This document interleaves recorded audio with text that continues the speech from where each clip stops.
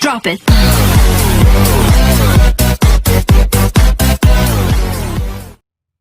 Sambil membuka, saya awali assalamualaikum warahmatullahi wabarakatuh. Jangan lupa ucapkan bismillah, lalu subscribe, like, komen, dan share sebanyak-banyaknya. Terima kasih. Anak semuanya dimanapun berada, alhamdulillah pada kesempatan yang baik ini kita bisa kembali lagi melaksanakan kegiatan pembelajaran secara online untuk mapel fikih kelas 9 MTS semester Gasal. Kali ini kita akan membahas bab yang kedua, jual beli, khiyar, qirad, dan riba. Ini adalah pertemuan yang kedua. Sebelum kita mulai, mari kita berdoa terlebih dahulu, mohon kepada Allah Subhanahu wa taala semoga kita senantiasa dalam lindungannya, diberi ilmu yang bermanfaat serta diberi kesehatan dan dijauhkan dari segala penyakit. Amin amin ya Allah ya rabbal alamin.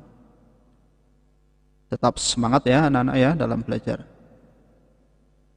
Oke, baik, kalian perhatikan, ini materi kita hari ini akan membahas mengenai khiyar. Kalau kemarin kita sudah membahas jual beli ya. Videonya bisa kalian lihat di channel Ari Production. Nanti yang akan kita bahas meliputi pengertian khiyar, dasar hukum khiyar, kemudian macam-macam khiyar, kemudian hikmah khiyar, dan juga evaluasi ya. Kalian ikuti pembelajaran ini dari awal sampai akhir. Baik anak-anak semuanya, silahkan kalian perhatikan ya gambar berikut ini. Oke, ini ada beberapa gambar transaksi jual beli ya. Setelah kalian mengamati gambar ini, tentu kalian bertanya dalam hati ya. Silakan kalian buat beberapa pertanyaan. Contoh apa itu khiyar? Nah, ini nanti kita akan bahas. Baik anak-anak semuanya, pengertian khiyar. Khiyar ini adalah menurut bahasa memiliki arti memilih antara dua pilihan ya. Jadi kata khiyar menurut bahasa ini artinya memilih antara dua pilihan. Sedangkan menurut istilah, khiyar ini adalah hak memilih bagi penjual atau pembeli untuk meneruskan akad atau transaksi jual beli atau membatalkannya ya.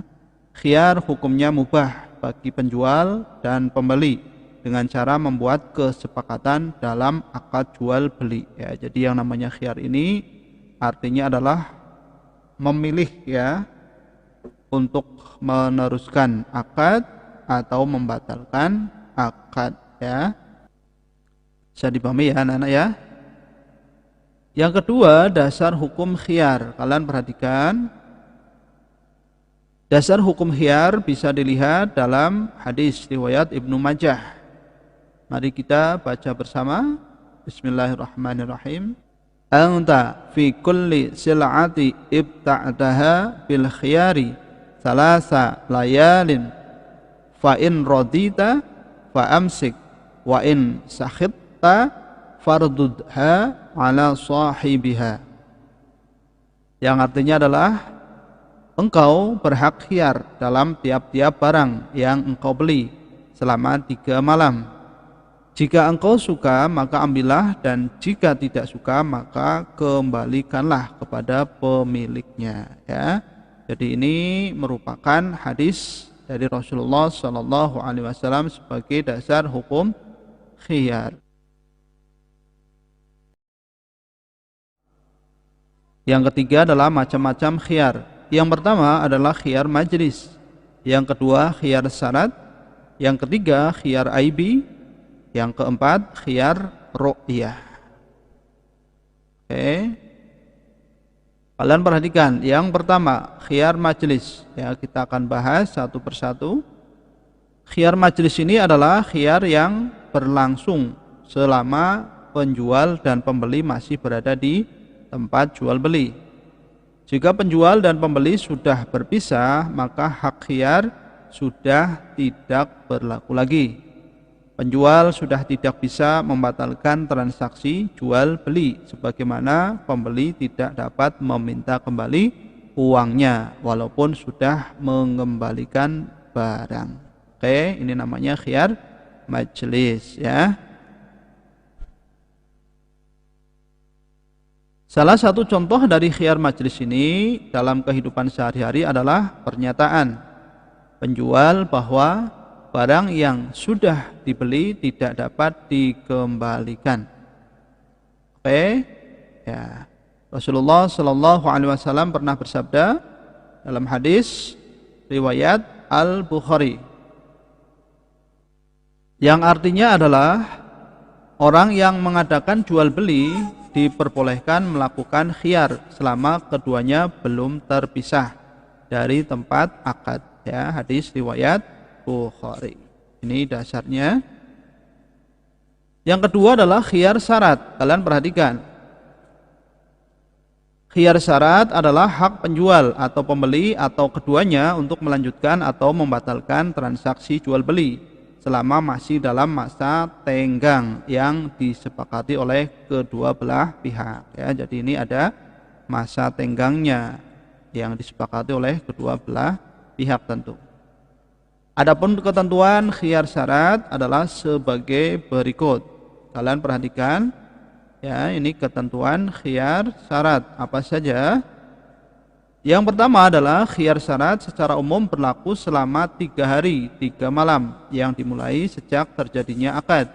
Namun hal tersebut tergantung kesepakatan antara kedua belah pihak. Yang kedua, jika masa khiyar telah lewat, maka transaksi jual beli tidak bisa dibatalkan. Ya, jadi masanya sudah lewat, berarti tidak bisa dibatalkan. Hak khiyar tidak dapat diwariskan. Kemudian yang keempat, dalam khiyar syarat harus ditentukan tenggang waktunya secara cermat ya. Bisa dipahami ya?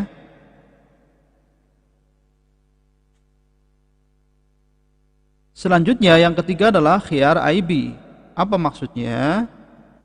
Maksud dari khiyar ini adalah pembeli mempunyai hak pilih untuk membatalkan akad jual beli atau meneruskannya karena terdapat cacat pada barang yang dibelinya.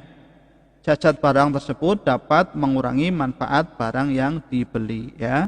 Jadi pembeli ini mempunyai hak apabila barang yang dibelinya itu ada yang cacat atau rusak yang mengurangi manfaat barang yang dibelinya.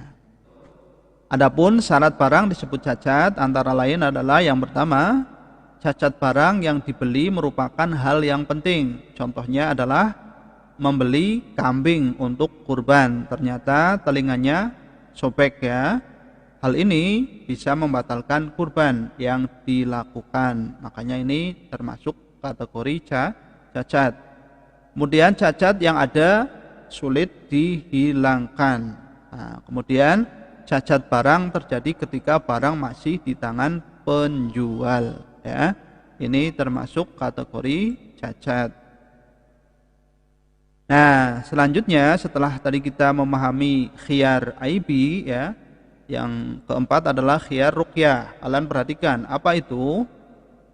Yaitu hak bagi pembeli untuk meneruskan jual beli atau membatalkannya karena objek yang dibeli belum dilihat ketika akad berlangsung. Khiyar ru'yah ini berlaku untuk pembeli, bukan untuk penjual ya. Jadi berlakunya hanya untuk pembeli, bukan untuk penjual. Pengertian ru'yah dalam konteks ini ialah mengetahui dan melihat sesuatu menurut cara yang seharusnya, bukan hanya sekedar melihat saja, tetapi juga meneliti, membuka dan membolak-balikannya. Kalau sekedar melihat saja, maka bukan dinamakan ru'yah. Ya, ini adalah khiyar ru'yah. Pembeli ya bisa meneruskan jual beli atau membatalkannya karena objeknya yang dibeli belum dilihat. Ya, jadi kalau sudah dilihat ternyata kok tidak sesuai dengan apa yang diharapkan karena belum melihat, maka boleh untuk membatalkannya atau meneruskannya. Bisa dipahami ya anak-anak ya? Nah, seiring dengan semaraknya dunia usaha dan pesatnya kemajuan teknologi sehingga mempermudah terjadinya transaksi jual beli, Maka jual beli juga dapat dilakukan melalui internet, telepon, SMS, dan lain sebagainya. Pembeli dapat memesan barang dengan membuat kesepakatan jenis, jumlah, tipe, dan harga barang yang dilakukan tanpa melalui pertemuan secara tatap muka.